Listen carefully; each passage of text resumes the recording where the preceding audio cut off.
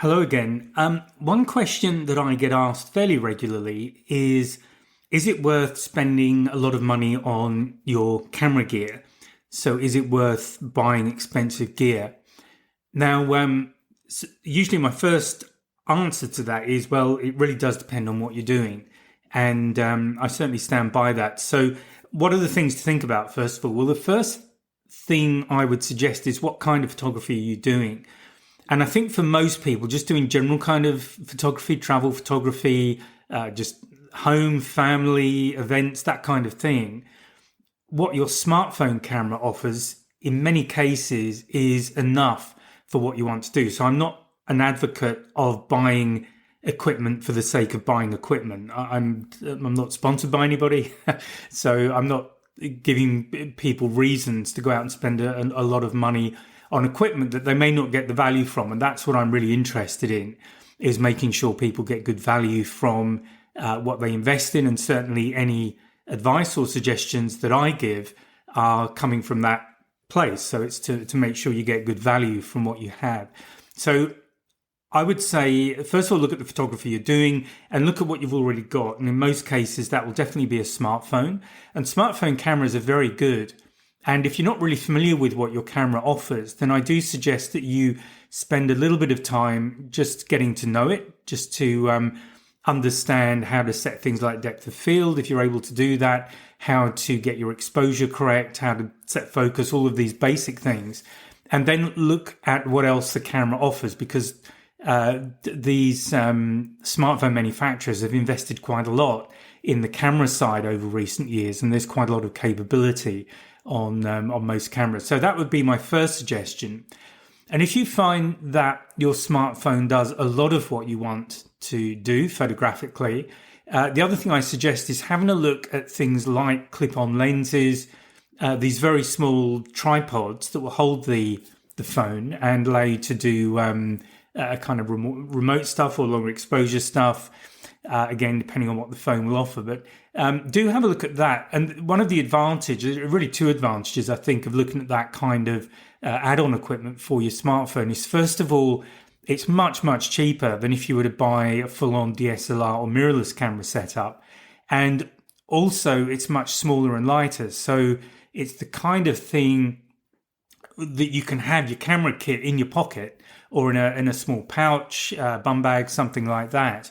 And that's absolutely everything you need, rather than the backpack that I carry around with me when I'm, hiking, or even bigger backpack I'd use when I was going whale watching. So that's definitely my first suggestion. First of all, be clear on what it is you want to do, what sort of photography you're doing, and then see how much of that you can do with what you already have. And the place to start is the smartphone. Now, the second place to go with this is, what camera equipment do you already have?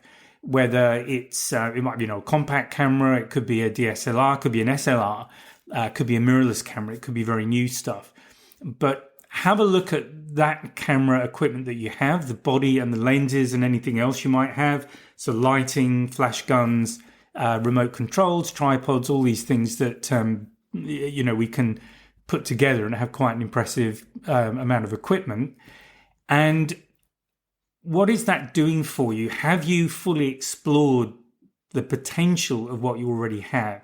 So again, don't rush off and start buying things before you really understand what you have. So that definitely is my second suggestion, is to get very clear on the kit that you have and almost write a checklist of what do you need it to do? What are the things that it's good at doing, that you enjoy doing on it? Because if you replace it, you're going to want to replace that capability with a similar or better capability. So it is important that you understand what it's doing well for you. And what are the things where it's falling short? So that might be a capability or a function on the body. It might be the focal length of the lens. You might need a better focal length.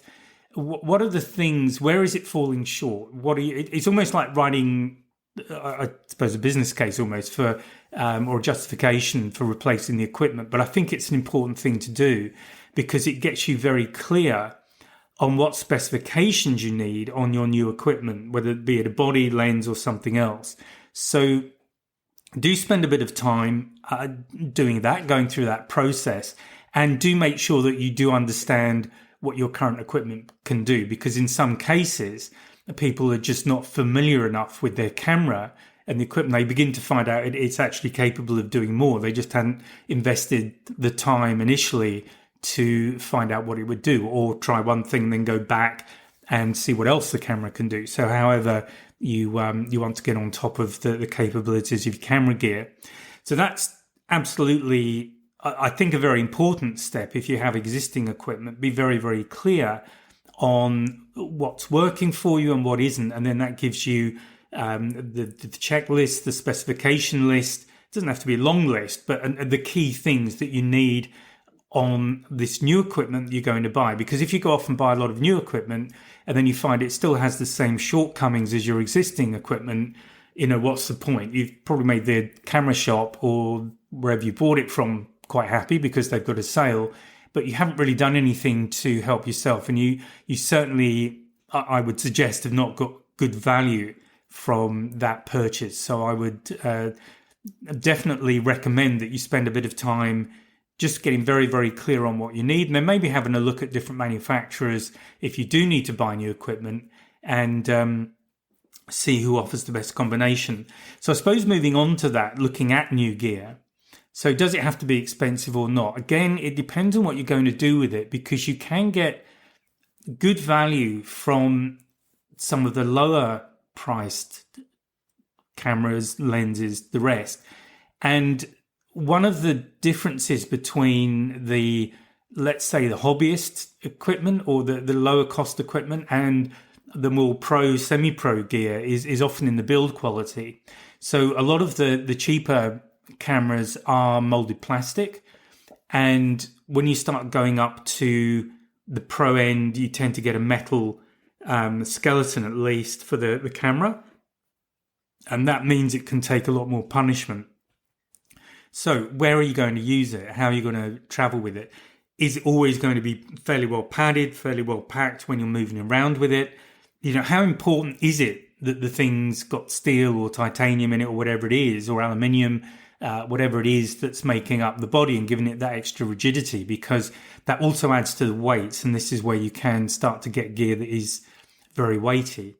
The same thing with the lenses. Now, I would always argue that the lens is the most important part of the camera, really for two reasons, or the camera system. So two reasons. One is that's where your image is coming through. So if you've got a lens that distorts the picture in any way or distorts around the edges of the frame, this kind of thing, it's going to ruin every shot. So there's absolutely no point in buying low quality lenses. Having said that, you don't have to spend money on pro lenses, because a lot of these, certainly a lot of the original equipment manufacturer lenses are pretty good quality. Even the more sort of lower budget lenses, they're good quality, because particularly camera manufacturers who make professional equipment, they don't want to sort of tarnish the brand, if you like, lower the value of the brand by putting poor quality equipment out at the low end. So that's where I tend to go with the better known manufacturers. I've used Canon at the moment. I've used others. So that really is personal choice. But I would go with a good quality brand, because their equipment will tend to be good enough to maintain the image of that brand.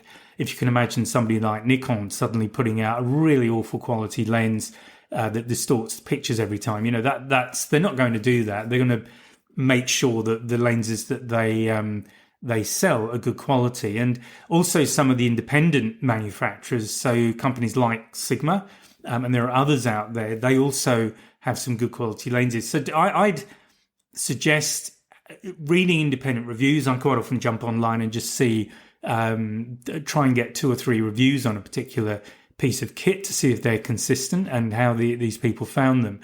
But if you're going to spend money anywhere on your system, it will be on the lenses. But again, do you need the pro quality lenses? Because often they have extra elements in them. They have glass elements. They might have a metal construction, all of this adds up to weight. So if you're only going to use your camera gear when you go on holiday, when you're on vacation, and it's going to be packed up in a little bag or somewhere where it's safe, it's not going to get bashed around regularly. I mean, accidents happen, and you can't really buy for that. But if the day-to-day use is relatively gentle, relatively protected, then I would definitely consider these lower priced camera lens and body combinations, because they are lighter. It makes them easier to carry around, frankly, and they're cheaper. So you only spend what you need to spend to get the performance that you need, which takes us back to the earlier point. If you're looking at buying something low end, then does it meet all of the criteria that you've identified that you need for the style of photography that you are doing? So really important to do that first step of just really identifying what you need, and then that gives you a checklist, and assuming these low-end cameras and lenses will do the job for you.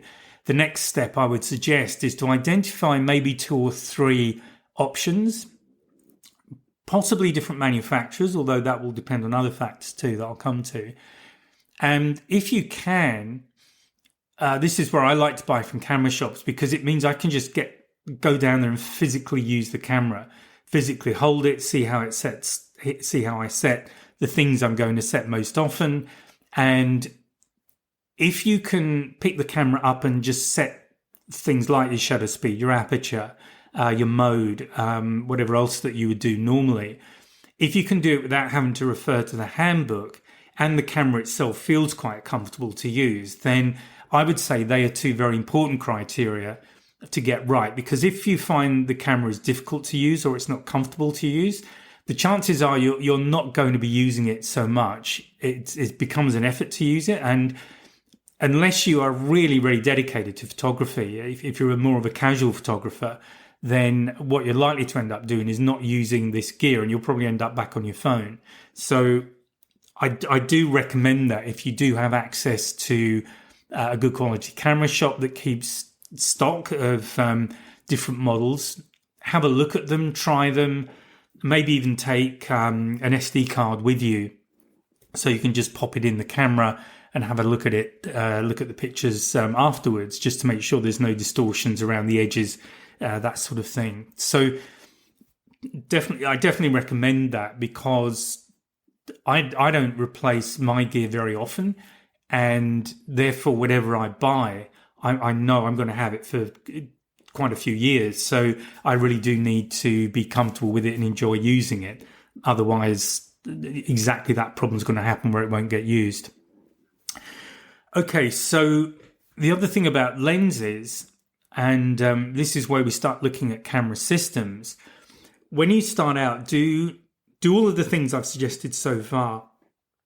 So get your checklist together, get a short list of cameras that appear to meet your requirements, and then go and have a look at them, try them out. The next thing to think about is that once you start buying a system, whether it's DSLR, mirrorless, SLR, whatever, what I find tends to happen, and this is unusual this for me is a feature of the digital world, and I think it's true now of mirrorless more than DSLR, because DSLR development has pretty much stopped. So what you can get now is probably at the peak of the development of DSLR camera technology, unless something very significant happens. So where the manufacturers are putting their efforts now is into developing mirrorless cameras. What that means is that the mirrorless camera body that you buy now, that you buy today, might perform significantly different to something that you were to buy 3 years from now or 4 years from now. Things don't change overnight, but if there are incremental and steady incremental improvements over time, you'll begin to find that once a camera gets 4 or 5 years old, a body, that there may be features on the newer bodies that are really helpful to your style of photography and the kind of photography you do. So what's likely to happen is that you're likely to keep your lenses longer than you're likely to keep your body, and that's certainly been the case for me. And I still have lenses that I was using with my my Canon EOS 3 body, which is a film body which I bought in 2004, and I do still have the EOS 3 because occasionally I like to shoot film, but I've since then had 3 other digital bodies. I'm on my sort of 3rd and 4th, I think it is now, digital bodies in that 20-year-ish period. So that's just something to bear in mind. So by all means, buy the best that you can afford, because you know it comes down to budgeting as well, and it's about being adults, which is hard sometimes, but there you go. And not going crazy, but I always believe in buying the best that I can afford.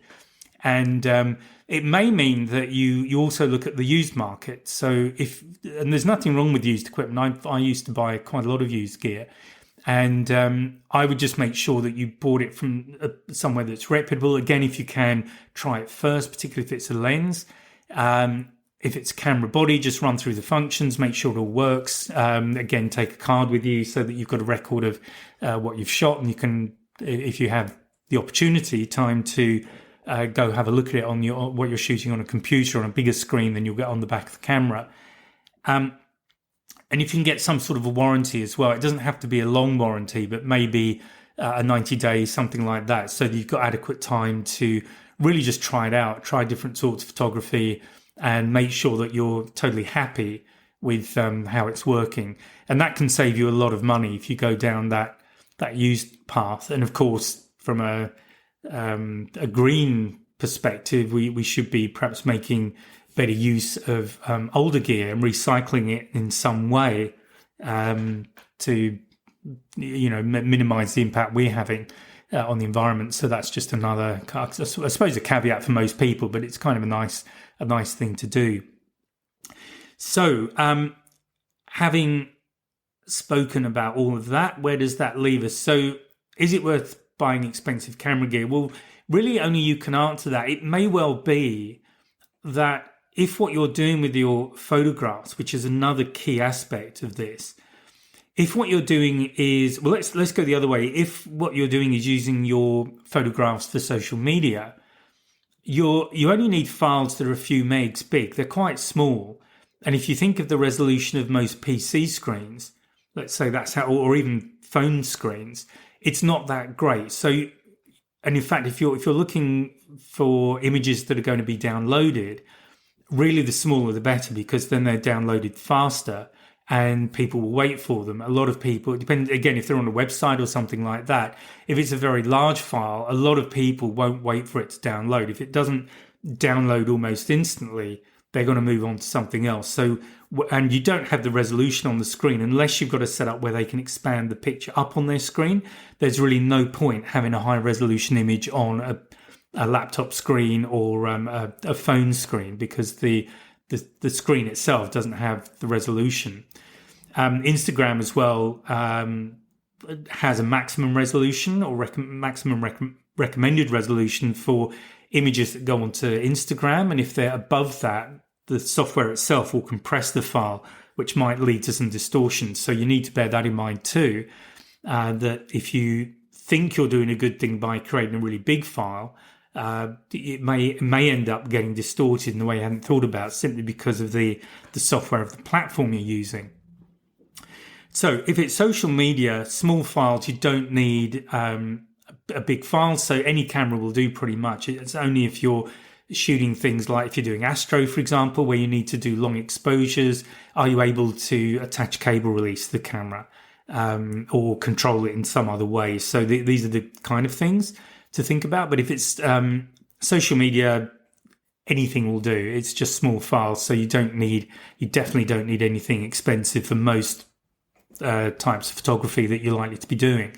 In fact, the phone would probably be adequate, to be honest, for most people. What about something a bit bigger? If you're creating photo albums where you do want to have a larger resolution on the image, well, again, most cameras and cheaper cameras will give you a good resolution. As long as your lens isn't adding any distortion to the picture, then that's fine too. I think it only really comes to when you need either high quality prints, or you're going to create a very big print, a very big image. So if you're doing, and by high quality print, I'm thinking magazine quality. If you think about that, in the good old days of film, most of those magazine covers would have been shot using a medium format camera. It was a much bigger negative, which meant that the resolution on the image was a lot higher than you would get with a 35mm frame. And I've shot similar scenes with 35mm and medium format film. And just looking at the two images is easy to see the difference. So, and the reason that you've got that much higher quality from the medium format camera is that you've got the equivalent of far more dots per inch or higher density of pixels, if you like, looking at the digital world in the medium format film than you do in the 35mm.